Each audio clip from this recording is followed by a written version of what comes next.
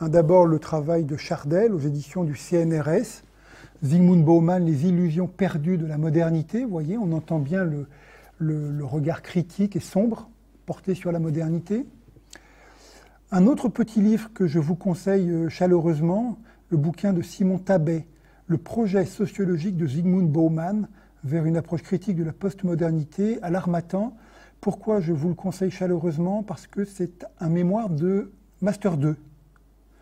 Un très bon mémoire de Master 2 qui a été publié, qui a fait l'objet d'un livre. Il est intéressant, très lisible, vraiment très très intéressant. Et puis là, vous avez la référence sur un site internet, celui du Forum des Vies Mobiles, d'un texte très court de Javier Caletrio sur l'œuvre de Bauman au moment où il est décédé. Voilà quelques références sur Bauman.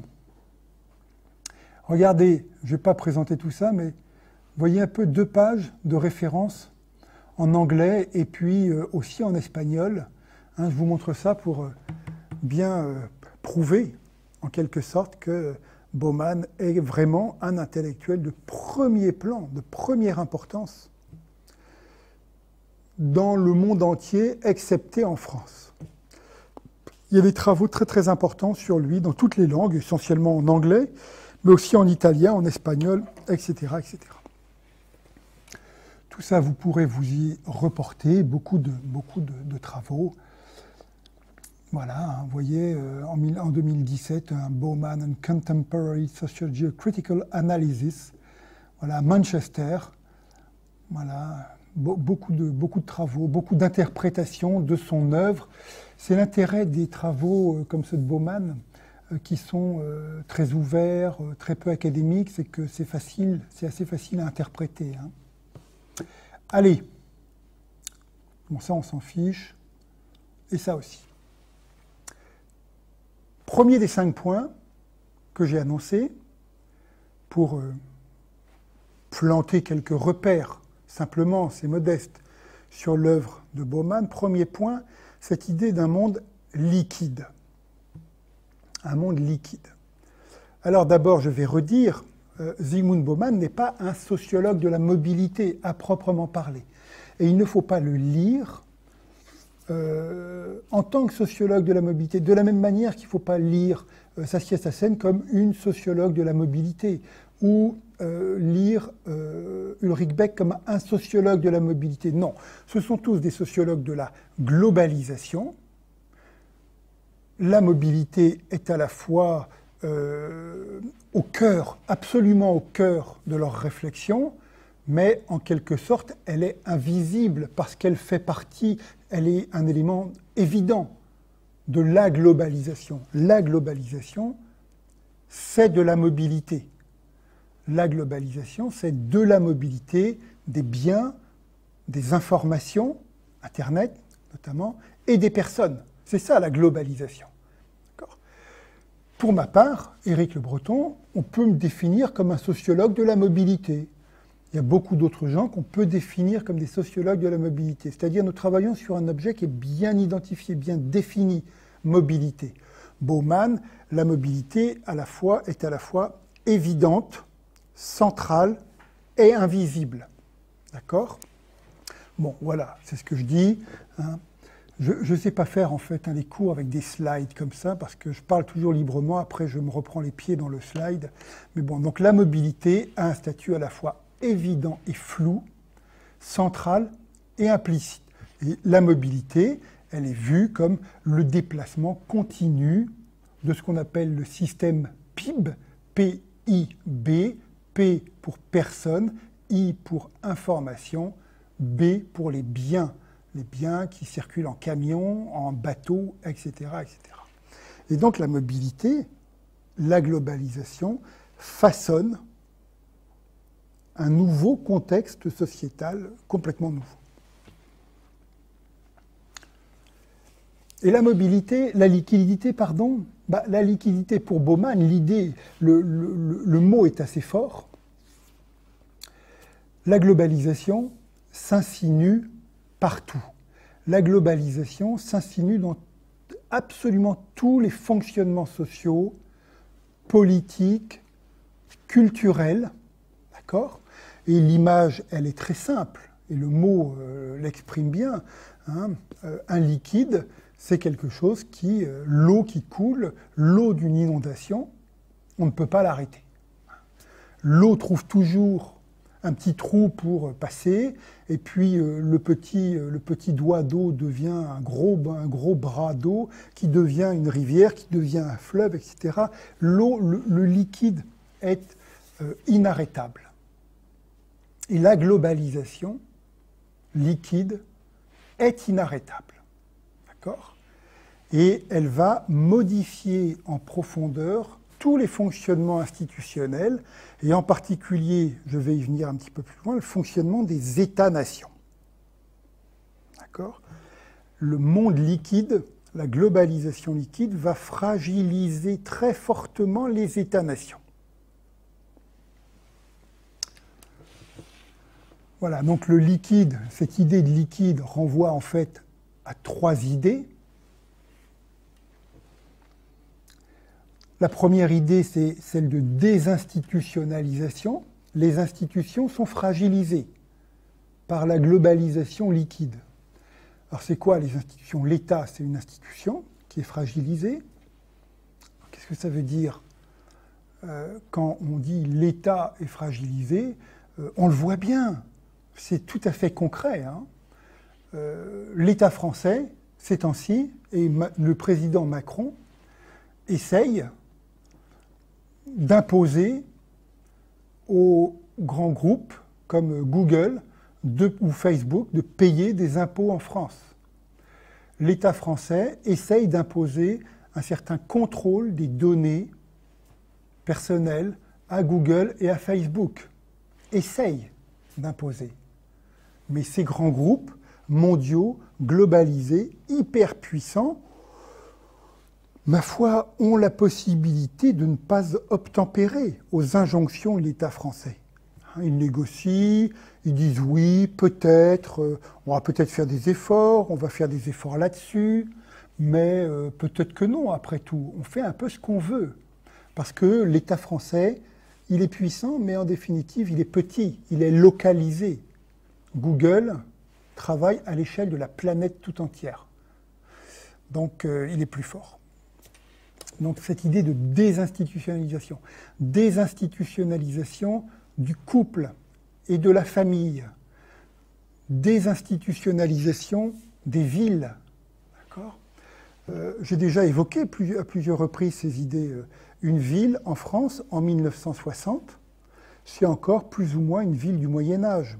Pas tout à fait, mais un petit peu. Ce sont des petites villes, numériquement petites, bien compactes, bien concentrée sur elle-même, et puis au milieu d'un océan du monde paysan. Il n'y a pas de périurbain, il n'y a pas d'étalement, etc. etc. Les villes, elles existent en tant que telles. Et puis avec la mondialisation, la globalisation, la généralisation de tous les mouvements, vous voyez bien aujourd'hui ce que sont et ce que deviennent nos villes. Hein.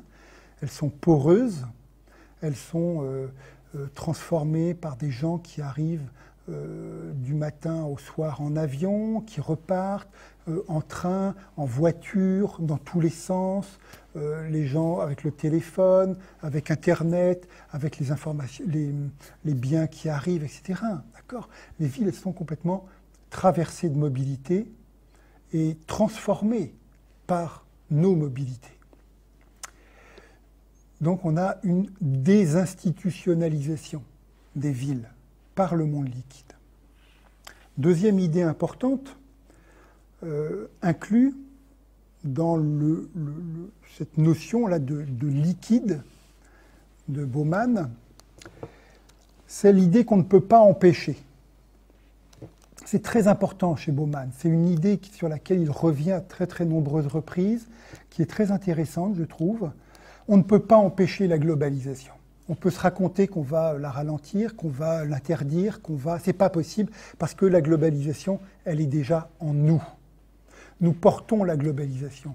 Alors, je vais prendre une image qui n'est pas forcément très bonne, mais la globalisation nous a tous contaminés. Elle n'est pas bonne, même si elle n'est pas mauvaise, avec la crise de la Covid. Nous sommes tous globalisés. Nous avons tous, tous très concrètement, moi, Éric Le Breton, j'ai dans la tête plein d'images du monde entier, plein de mots du monde entier, plein de références du monde entier. Je suis ouvert sur le monde entier. En 1960, un petit Français, le petit Français que je n'étais pas encore, puisque je n'étais pas né, bah, il avait la France dans sa tête. Il n'y avait pas de télévision, il n'y avait pas d'avion, il n'y avait pas de train, il n'y avait pas Erasmus, il n'y avait rien.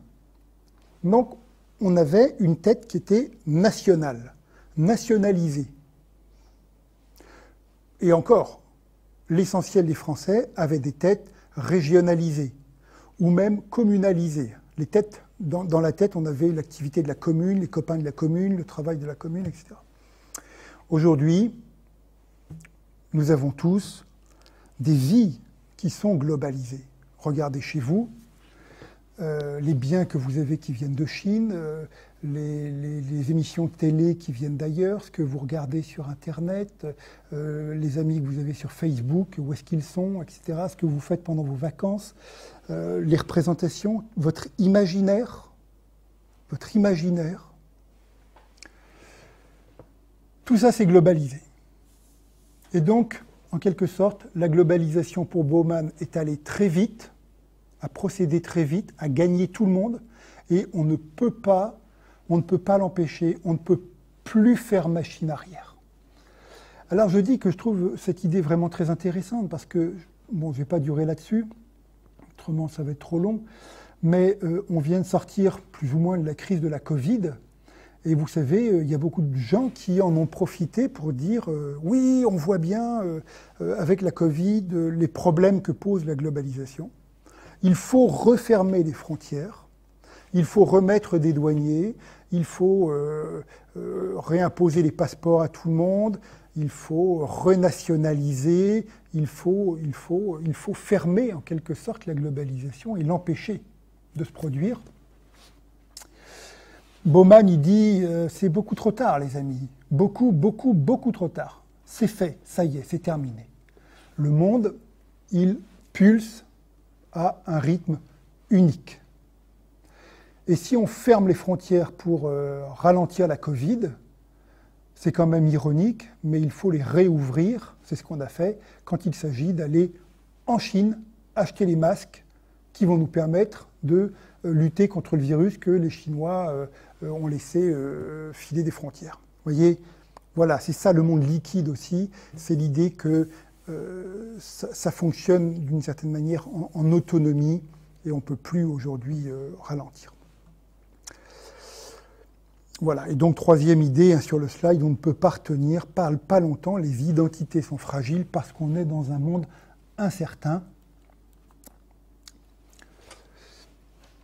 Alors toujours dans cette liquidité, Bauman il a une vision très complexe de la mobilité, on va continuer de la détailler un petit peu, mais elle est globalement négative, angoissée.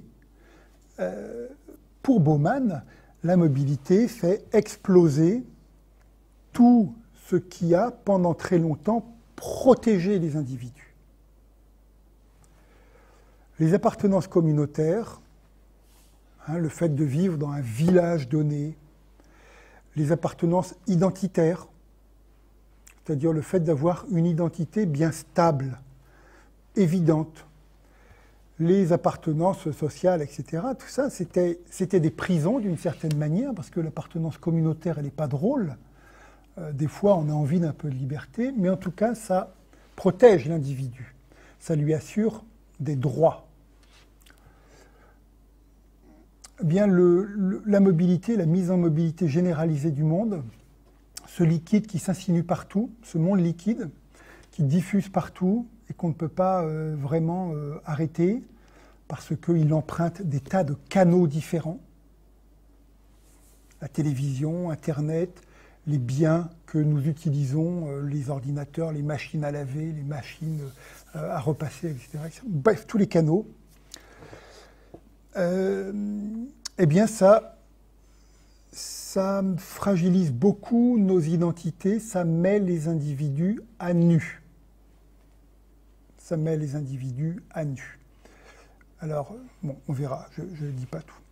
Voilà, donc un point de vue qui est globalement anxieux, très, comment dirais-je, très sombre, et de manière très évidente. Hein, quand on lit un bouquin de Bauman, on plonge dans un récit, dans un grand récit, un peu sombre quand même. En même temps, il ménage toujours l'idée que rien n'est totalement écrit et que l'avenir peut être amélioré, peut-être un peu maîtrisé, etc. Donc il n'est pas totalement sombre quand même. Hein, c'est ce qu'il disait dans le petit bout de film qu'on a écouté, là, 30 secondes. Hein, il disait, en tant que sociologue, je ne peux pas prophétiser. Bon. Deuxième idée importante, à partir de ce mot de sécession, je ne sais plus si, comment il s'appelle, Bauman utilise le mot de sécession. Je ne crois pas. Mais c'est un mot qui marche très très bien.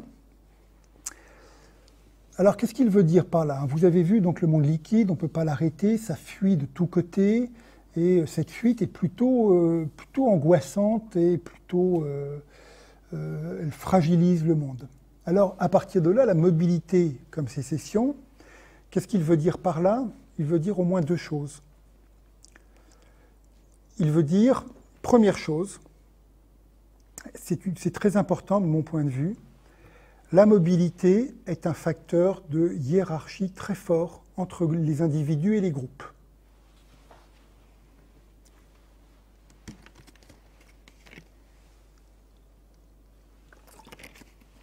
La mobilité est un facteur de hiérarchisation très forte, très dure entre les individus et les groupes. Nous sommes dans un monde mobile, totalement mobile.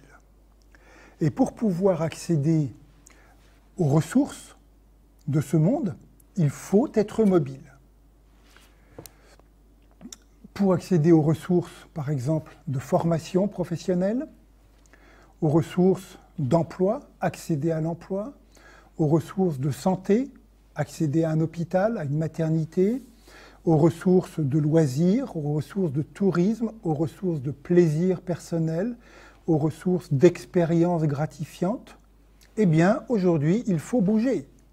Et si on ne peut pas bouger, on ne peut pas accéder à ces ressources, on en est privé, et on vit dans un monde qui est relativement appauvri. Donc, la grande idée, une des grandes idées de Bauman, c'est qu'il y a aujourd'hui un découplage très très fort entre ceux qui peuvent vivre en profitant de la mobilité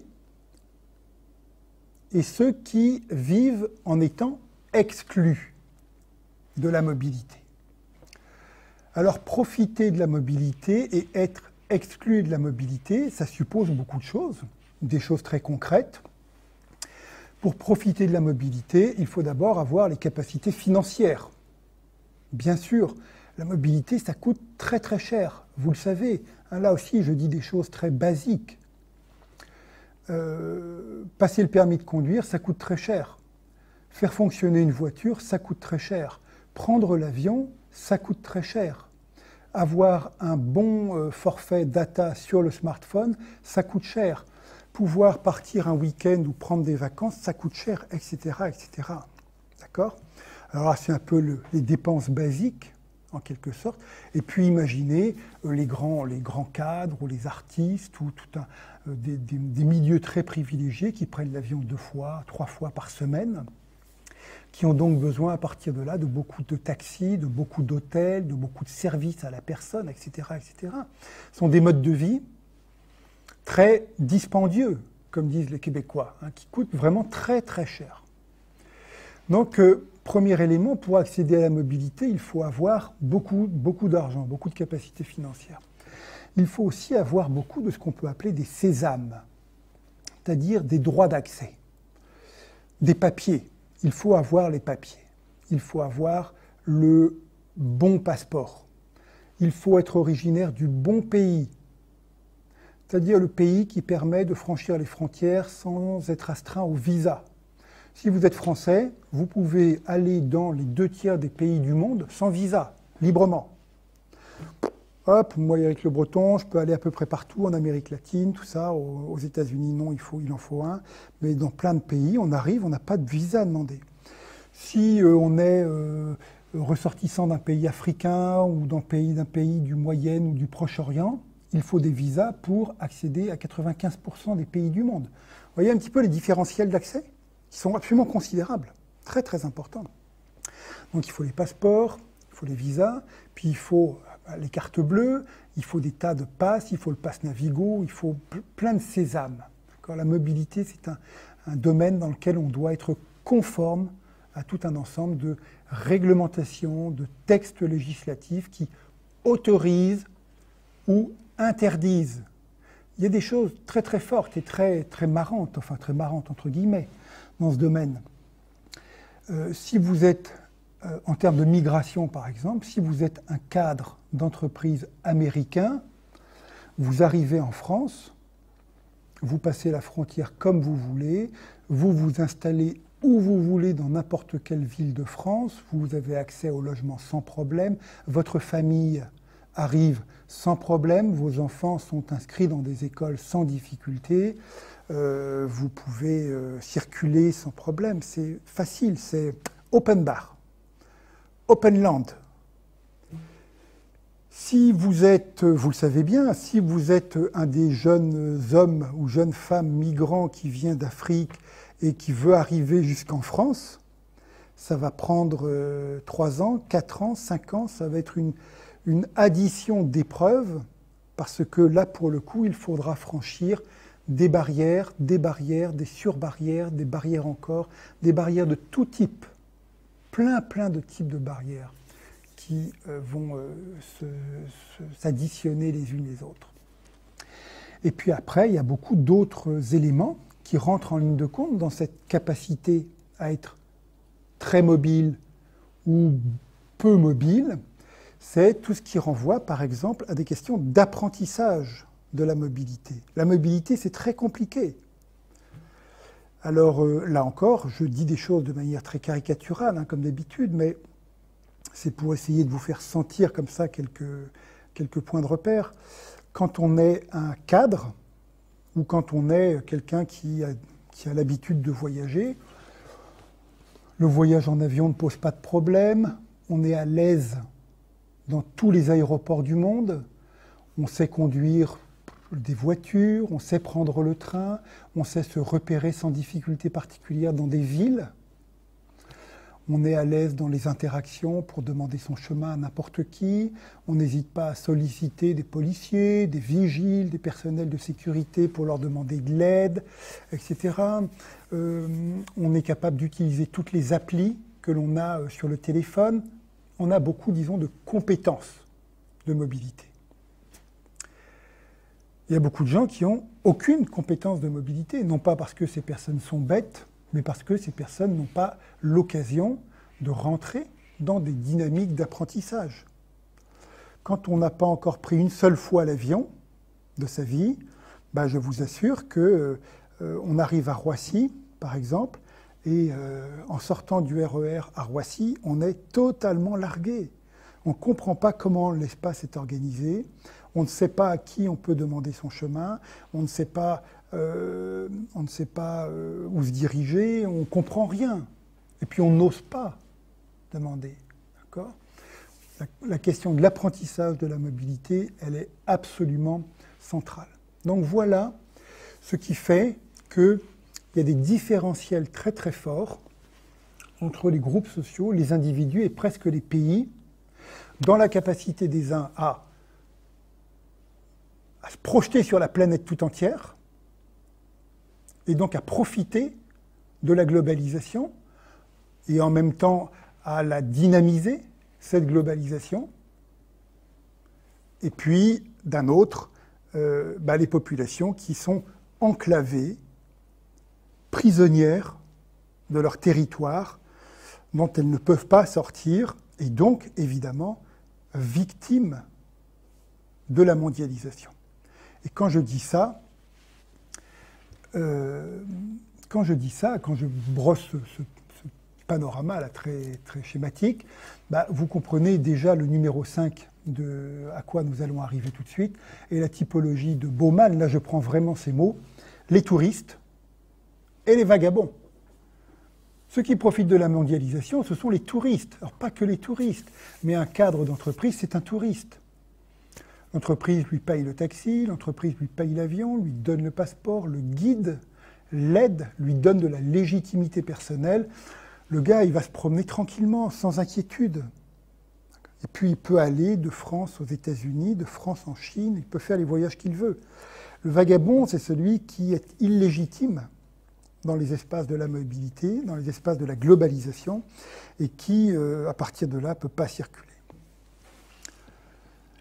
Donc, les migrants mettent 5 ans pour aller à pied et dans des conditions abominables de Tripoli à Francfort, et en 5 ans, des cadres font 15 fois le tour de la Terre dans de bonnes conditions de confort.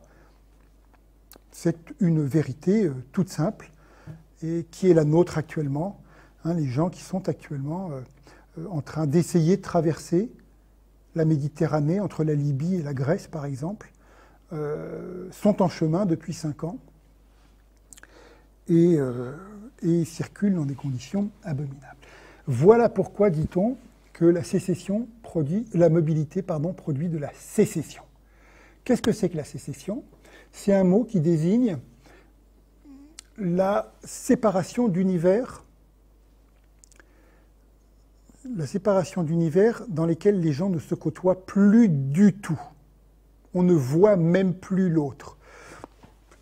Des cadres aujourd'hui, je dis toujours des cadres, mais c'est pour simplifier mon discours, mais les gens très mobiles aujourd'hui vivent dans des univers extrêmement techniques, beaucoup de techniques, la technique de l'avion, la technique de l'aéroport, la technique du smartphone, vivent dans des univers dans lesquels ils ne voient plus des pauvres, des plus pauvres et des gens qui ne se déplacent pas. Vous voyez ce que je veux dire? Chacun vit dans son univers.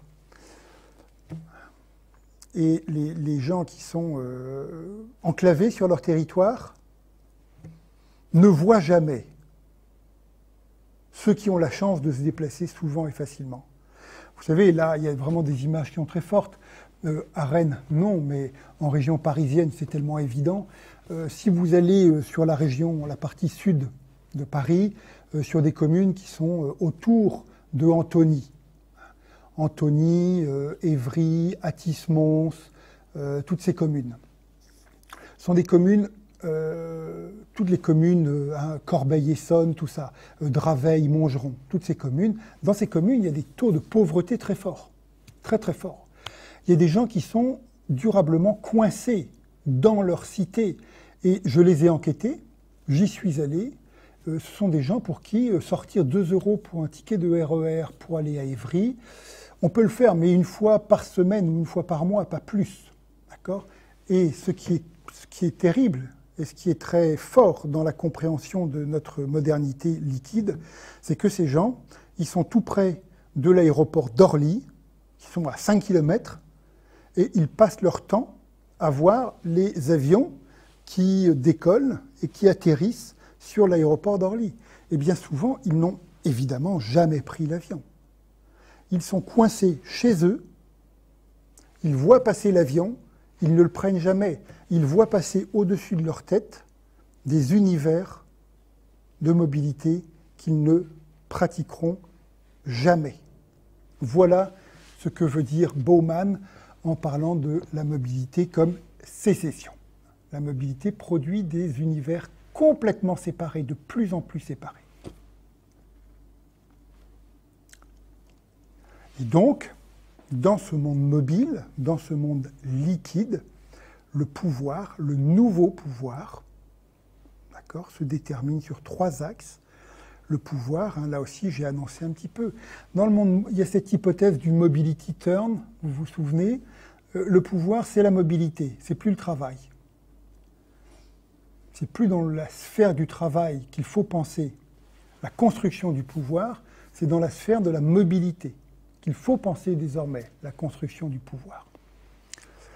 Et donc ce pouvoir, il se construit sur 3 axes. Le premier, c'est la maîtrise de portions plus ou moins grandes d'espace. Dis-moi jusqu'où tu te déplaces et je te dirai quelle est ta position dans la société. Je discute moi avec quelqu'un, je lui demande « Tu as pris l'avion combien de fois dans ta vie ?» La personne me dit 0, je lui dis « Ah, t'es plutôt là. » D'accord, plutôt, hein, parce que je suis prudent, c'est toujours plus compliqué que ça, mais voilà. Le pouvoir se détermine sur un premier axe, les portions d'espace que l'on pratique. Deuxième élément du pouvoir, la capacité à rester libre dans son rapport à l'espace, la liberté du rapport à l'espace. J'ai donné plein d'exemples. La liberté du rapport à l'espace. Nous autres, Européens, nous avons un rapport très libre à l'espace. L'espace Schengen, on passe librement de l'Allemagne aux Pays-Bas, des Pays-Bas, on peut circuler librement. D'accord ? Voilà, sur de grandes portions du monde. D'autres populations ne peuvent pas. D'autres populations ne peuvent même pas sortir de leur pays. D'autres populations ne peuvent même pas sortir de leur ville ou de leur quartier, en Chine. Vous savez, en Chine, c'est très compliqué se déplacer.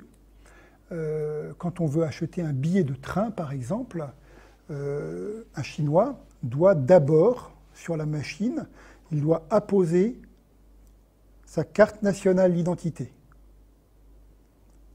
Et la machine va donner l'autorisation ou non à cette carte d'identité d'acheter un billet de train. Et si, lisez un petit peu la presse, etc., aujourd'hui, si vous avez participé à une manifestation, si vous avez posté quelque chose de pas bien sur un réseau social, si vous avez essayé de vous connecter à la presse occidentale, si vous avez fait des trucs comme ça, on vous a repéré et on vous pénalise et vous ne pourrez pas acheter votre billet de train. D'accord ? Donc la capacité de déplacement, plus ou moins de liberté. Troisième chose. Et puis la capacité à imposer aux autres leur espace. C'est-à-dire la capacité à interdire le mouvement de l'autre. Là aussi, c'est du pouvoir. Quand les États-Unis décident que tel et tel et tel et tel et tel et tel pays font partie de l'axe, je ne sais plus comment ils disent, l'axe du mal, et ils compliquent considérablement les conditions d'obtention des visas, partout. Voilà. Ils interdisent la mobilité. Quand le gouvernement chinois interdit la mobilité de certains citoyens jugés séditieux. D'accord ? Le pouvoir, c'est 3 choses à la fois dans un monde mobile. Être libre de se déplacer ou pas, pouvoir aller plus ou moins loin, et puis en même temps pouvoir maîtriser la mobilité de l'autre. Hein ? Voilà.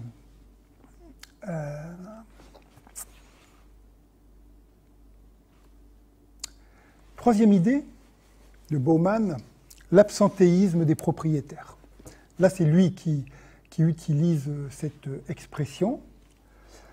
Il s'intéresse beaucoup à ça. Il y revient toujours dans tous ses gros livres. Qu'est-ce que cela veut dire ? On revient à une vision très critique de la mobilité. Et pour lui, la mobilité fait exploser le contrat social. Fait exploser le contrat social des gens qui habitaient les uns avec les autres.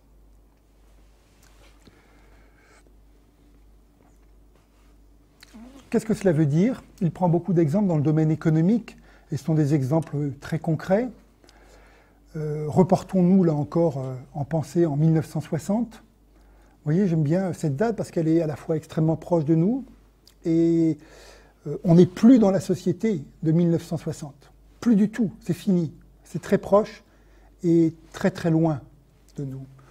En 1960, le chef d'entreprise qui avait une PME dans la petite ville, c'est quelqu'un qui était lui le chef et puis il avait des salariés. Le pouvoir était très dissymétrique entre les uns et les autres, mais le chef de l'entreprise, il habitait dans la même ville et il scolarisait ses enfants dans la même ville. Et puis il était éventuellement investi dans le conseil